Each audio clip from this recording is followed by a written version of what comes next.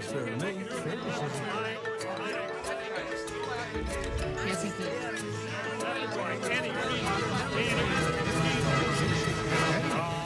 Well, if you don't know what fair is, you can't make it.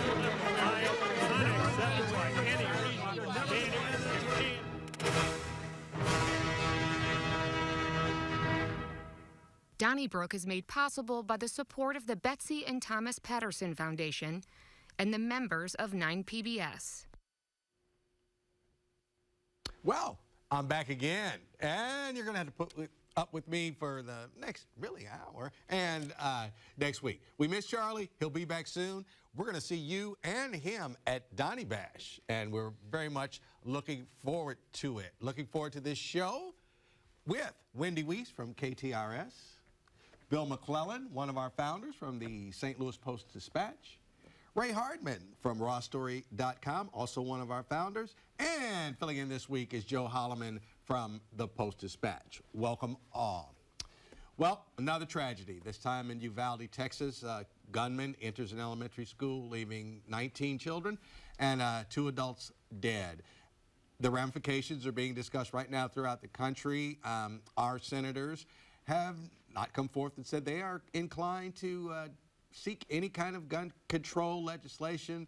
Bill, are you surprised, or you think that's just where we are right now? I'm not surprised at all. I think that's where we are right now.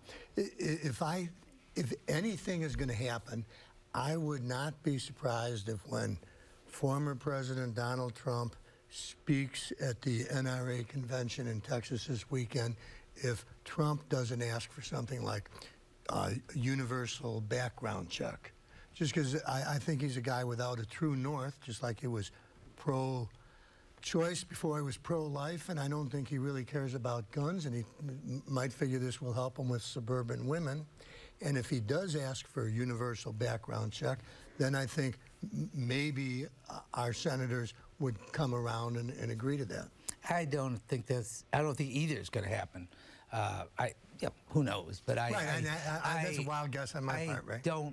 I think if they were really worried about, there's a pattern about this, Ted Cruz in particular, where there's actually an upside to exploiting the emotion on the other side and doubling down if you're a far-right Republican on this subject, on the subject of guns. They do it all the time. They did it after Sandy Hook.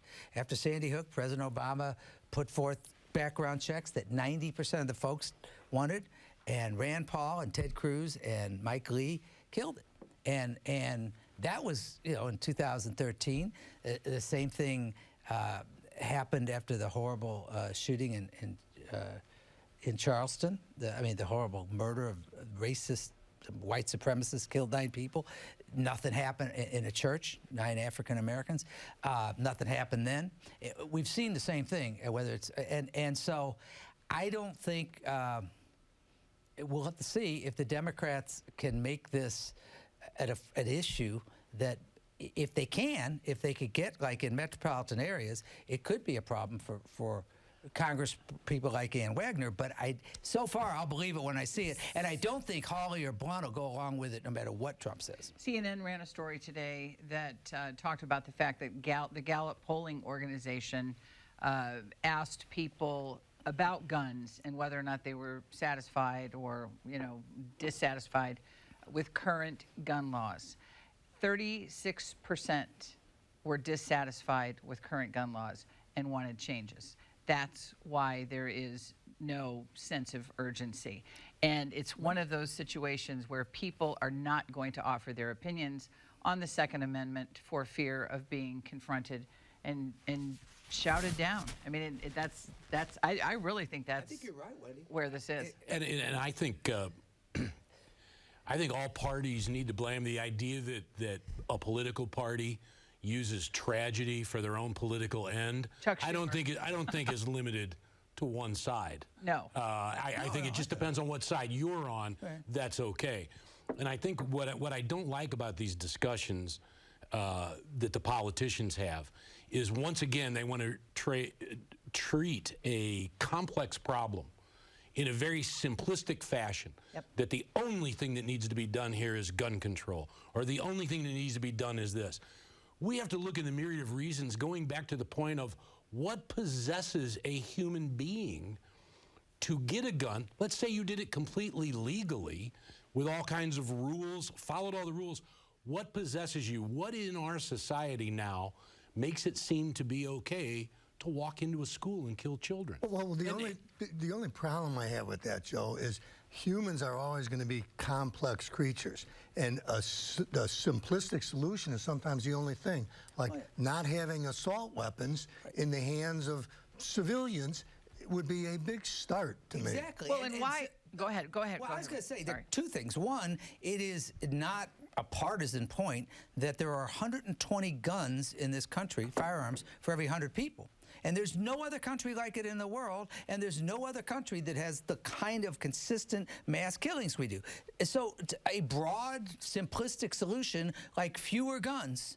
And the massive percentage of those guns are never used in a crime. That's fine. Most of them never even fired. Okay. What about simple solutions like requiring all schools to have their doors locked during school? Sandy Hook was locked, if I remember right. Okay, Yeah, and that's not but you the- hear about that, they say, well, we don't want to. But Adam Lanza changed a lot of policies, and because his mother was an employee at Sandy Hook, so he had access.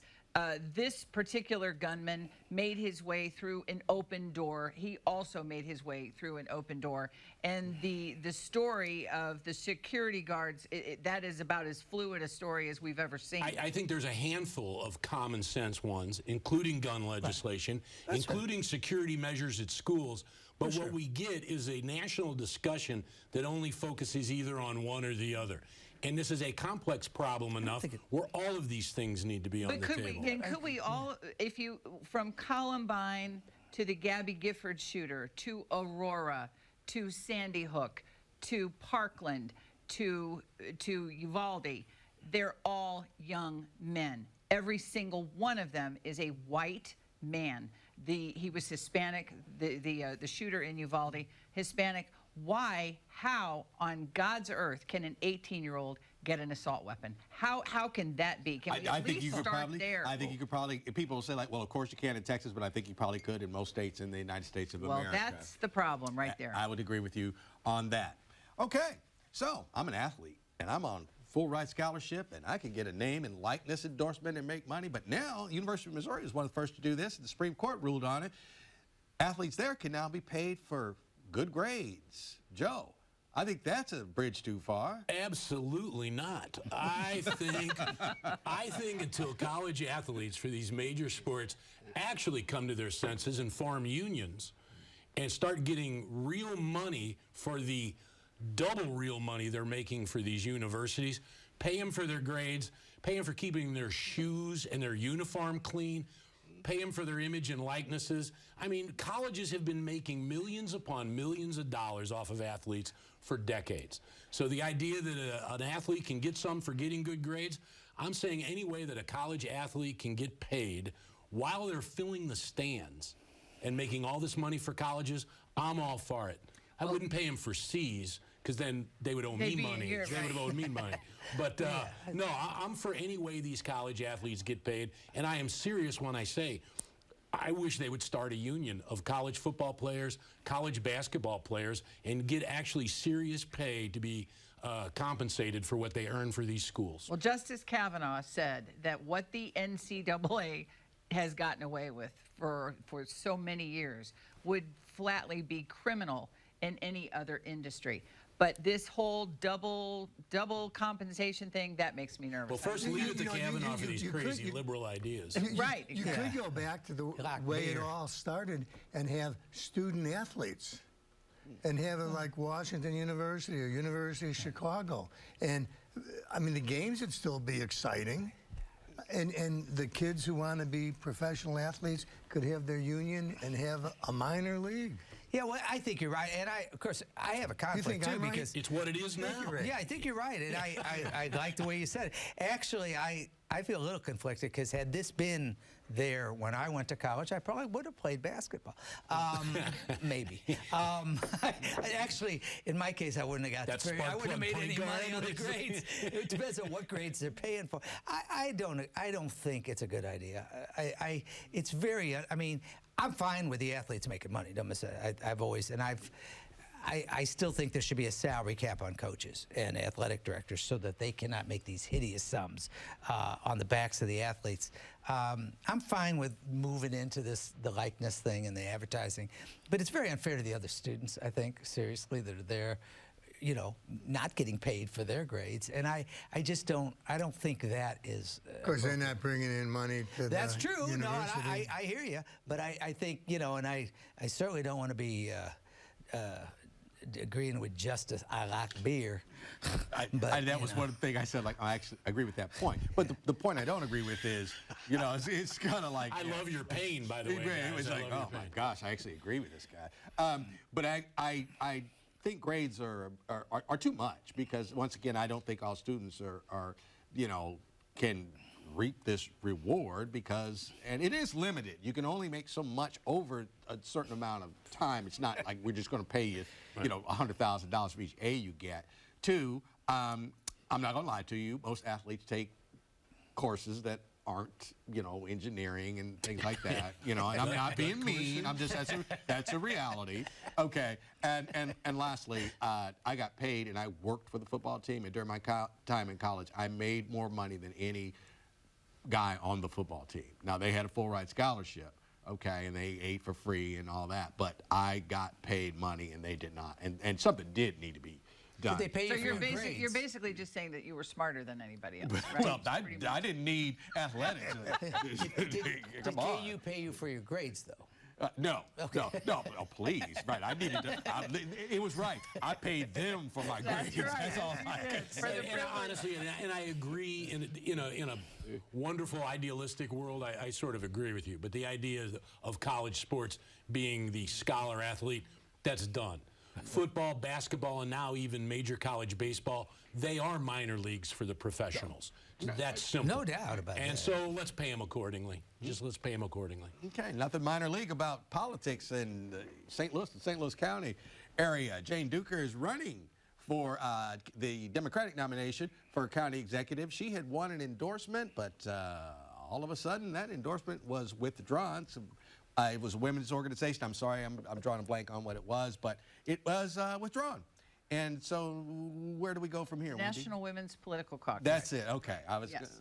And they were founded in 1971 to support women candidates, as long as those women candidates hadn't taken on the mayor of St. Louis and the acting county executive. Right? Yes. I mean, so, and Jane Duker, she plays hardball. She is an attorney for the police union. She is very well known. She does not mince words. So she is probably not surprised by this, but it is disappointing because we are supporting women candidates until they cross the path of the male candidates or the male county executive. And that, to me, that's sad. I think it's a St. Louis story in that certain people in this town can make certain phone calls, and whether it's to a newspaper or other medium or whether it's to an organization like this one, they push this button and that button and that button. And suddenly, and I would like the National Women's Political Caucus to explain what changed about Jane Duker. Well, let me explain something that I think is anytime you have these blanket endorsements, whether it's for black officials or Chinese officials or white male Protestant officials, and it's a blanket thing, you're going to run into problems where all of a sudden, you know, should you really be endorsing this person? And I think that Jane Duker has run into that, and I don't think it's a St. Louis thing, and I think that the National Political Women's Caucus ought to rethink this "we'll support any woman" theory. Right, and I was going to mention just the African-American aspect, but I will say that they did explain that, you know, Jane had cast some votes and had some stands that probably the majority of the people in this organization probably didn't agree with.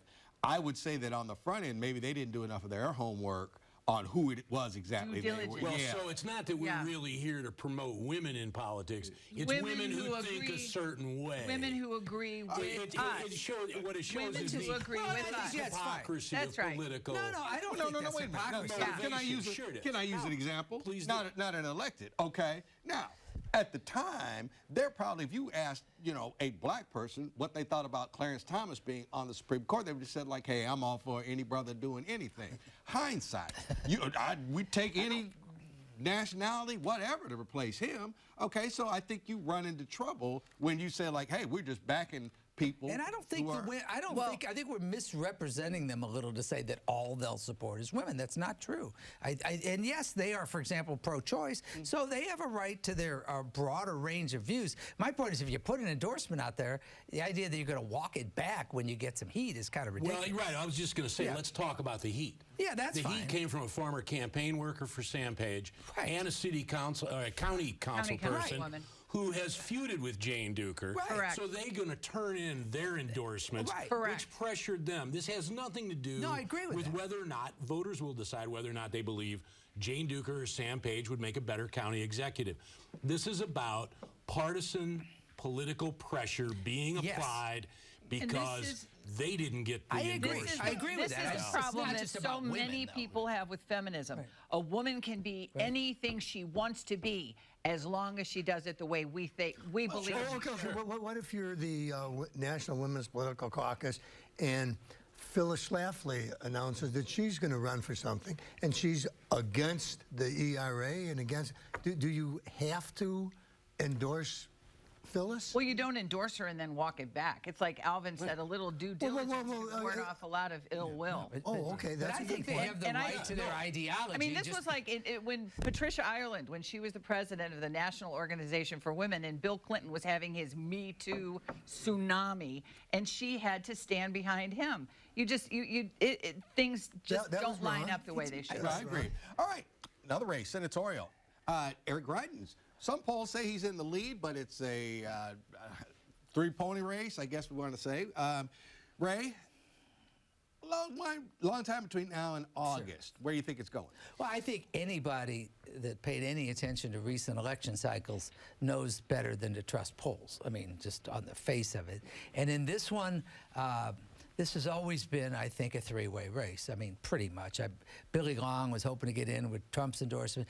I think now, even if, first of all, I don't know if Trump's endorsement, as we've seen in other states, necessarily is really that determinative. I suspect it would help more in Missouri than it would in Pennsylvania or some other states. But at this point, it's between Eric Greitens, disgraced governor Eric Greitens, his full title, and,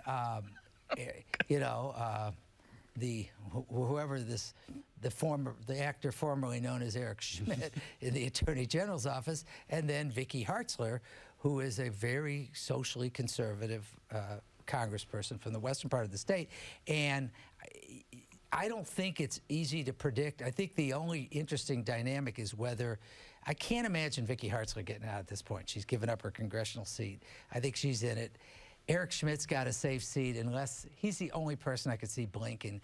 If they don't, in that three-way race, I think you have to consider Eric Greitens still the favorite.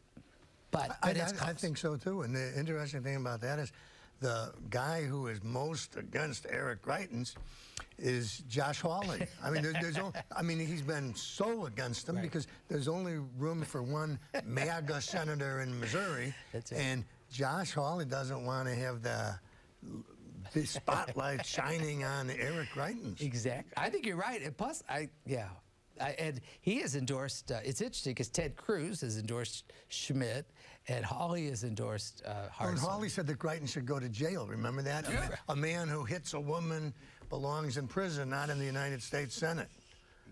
I think that'll be on somebody's ad. If I were running their campaign. I see it being the three-person race, but I do believe that Greitens very well can end up third out of three as time goes on. And I think Ray correctly pointed to the fact that, I remember a year ago, I knew people who were going, I wouldn't be surprised if Trump wasn't the Republican candidate. And I'm like, 2024 is a long time from now. And pretty much you're going to wear yourself out. And I think we saw a little bit of that in Pennsylvania. Saw it in Georgia. In Georgia, where Kemp beat Purdue. So already when push comes to shove, people talking about, oh, I miss Trump, and it's kind of this good thing to say to aggravate liberals, you know? Right. But then when it actually comes down to who can win, it seems like Trump is losing his support. And when it comes to August, the party people are finally, I think, going to really press we're done with Trump. Let's get on to winning an election. In Missouri, I think Trump could make a difference still if he did an endorsement. But the problem is he didn't make one in Georgia. Donald Trump's endorsements are about Donald Trump. And a big part of his calculus, more than in the past, unless he's got a particular grudge to settle, is who's going to win. And it's really hard for him to pick a winner out of those three. And, of course, his son's, I guess, girlfriend or whatever, fiance, I don't know what they are, Kimberly Guilfoyle, is with Greitens. She was. I don't know if she's well, still maybe she. Yeah, I think she still is because they're running that campaign ad where Donald Trump Jr. And Eric Greitens are blasting away with their pistols and saying this will scare rhinos and liberals. And they all go to Mar-a-Lago to kiss the ring, and I don't know. I still think it's going to be Schmidt. I don't think so. Yep. I think you mentioned the party. The party in Missouri does not want Eric Greitens to run for that seat. And I think they could get across to Mr. Schmidt because he does have his seat, and they could say, like, look, somebody's got to be governor of the state of Missouri. It may as well be you. Well, no, I think Schmidt was aiming at the governor's office, and he was looking for a big showdown against Jay Ashcroft. And I think when Eric Schmidt decided he was going to throw his hat into the ring for the Senate, he's given up his gubernatorial you got Mike Keogh, too, the lieutenant governor, who I think is the best candidate. I mean, Keogh and Ashcroft, I mean, well, we'll see. That's an interesting race. We'll see. Not to jump ahead, but I think if Eric Schmidt said tomorrow, for the good of the party and the good of the state, I'm going to drop out because I think the two of us, just like when Tashar ran what will be now like 5 years ago, you had too many candidates, and they split up the votes, and Lyda Cruz won. Okay, I think that could happen. If Jake Zimmerman or Manavati had got out of the race together, they had more votes than Sam Page did. Politicians don't think like that. I realize that. Republican politicians especially don't. But we'll see. We'll see. Well, and who knows? Maybe Representative Hartzell will come up with the endorsement from the National Women's Political Caucus. Well, and the other thing is, even once you've gone past the point of taking your name off the ballot, just throwing your support supposedly doesn't necessarily mean that people who are going to vote for you are going to vote for who you say. That's true. But I think there's enough. I don't think anybody's leaving. If you put the percenentages together, that math works out. But that's like saying you want to run against none of the above. I really don't think maybe I did make clear. I don't think anybody's dropping out. Okay. All right. I still lean toward I think somebody is going to drop out. We'll see. We'll see. Well, the Cardinals see on their two-way radio right now. Now, the Cardinals were one of those teams that said we are not going to go to the electronic relay the pitch to the catcher, who then gives it to the pitcher. Oh, they changed their minds. So now, Yadier Molina and all that experience, and Mr. Knizer, I know I mispronounced his name. I'm sorry, the backup catcher. But they have the device. It speeds up the game. One of the reasons they are going to it is because of all the sign stealing. I put it out there that I don't care if it speeds up the game. I'm ready for a pitch clock. I'm ready for anything you could do to speed up a game. I went to the game Tuesday night. I left at 9 o'clock. Now, part of that was because Toronto was just beating the heck out of the Cardinals, and it was 9 o'clock, and they were in the 6th inning, and I had a paper to put out the next day, so I left. But Joe, I'll ask you. You're old school, man. But I agree with you completely because baseball is killing itself on the length of games. And, I love to hearken back to the old days of baseball. I do not like the DH. But when I hearken back to the old days of baseball, I remember games lasted 2 hours. Yeah. 2 hours and 15 minutes. Yeah. 2.5 was a long game. And now you can't play a game under 3 hours. And when I talk to my son, people his age, and I ask them, you don't watch baseball? It's too slow. It's too slow. It's too slow. Takes too long. Yeah. And I think, no, you're not appreciating it. And then I watch it, and I'm like, oh, my God. I go to DVR and tune in an hour and a half later so I can fast forward through the batter getting out of the box after every single pitch. And it's like 3 hours and 15 minutes for an average game, an average 9-inning game. Well, that was like a 12-inning game when I was a kid. You know? I hate to sound as naive as I am on this, but obviously I'm not the sportsaholic here. Is it just to increase the commercial spot load? Is that well, that that's what it one is? of the things. I mean, That's part of it. that would That's be what the pushed. cynical- That was the first thing that pushed the length of Yeah. length of Well, I was game. going to say, Yeah, Right. I think because They could take out a couple of commercials. that's not going to happen. I don't know if I That's call not- myself old school as just as much as old, but at this point, You're 70. I'm old, Happy yeah, old, birthday, Ray. 70 this week. That was a mistake. Yeah, you Sorry. walked right into that. You did All right, walk real quick, right into Bill. that. You know, going to a Cubs game is like an eternity, but where are you at on it? Well, you know, where I'm at on this is like 1955. You know, I mean, I like the short games. I don't like free agency. I like being able to remember who's on what team. I don't see why Ernie this is Banks even was a gonna Cub, speed the Stan game up. Musial was a Cardinal, Henry Aaron was a Brave. That was it. And I'm all for speeding the game up, but I don't think this is that Oh, good. no. Actually, it is working. Is it? Minor leagues are doing it, and their games are like 15, 20 minutes Because of shorter. this? Because of that, and they have a pitch clock, and they're... Well, I was going to say, bring back more pitchers like Bob Gibson. they're coming- His games were under 2 hours. You know, I mean, it's like, I think it's, hey, look, it's fine. I don't really All right. care. But I think that there's other stuff they can Okay, do. got to run to the letters. Don't do the crime if you can't do the time. Stealing a multi-thousand-dollar vehicle is more than a nuisance.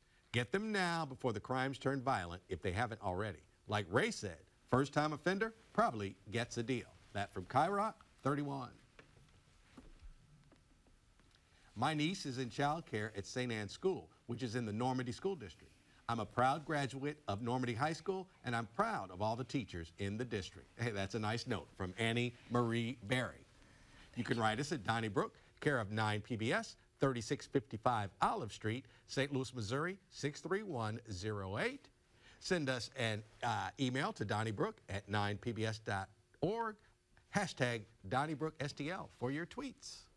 And pick your podcast of choice, and you can find us there. We want to thank Joe Holleman for being with us tonight.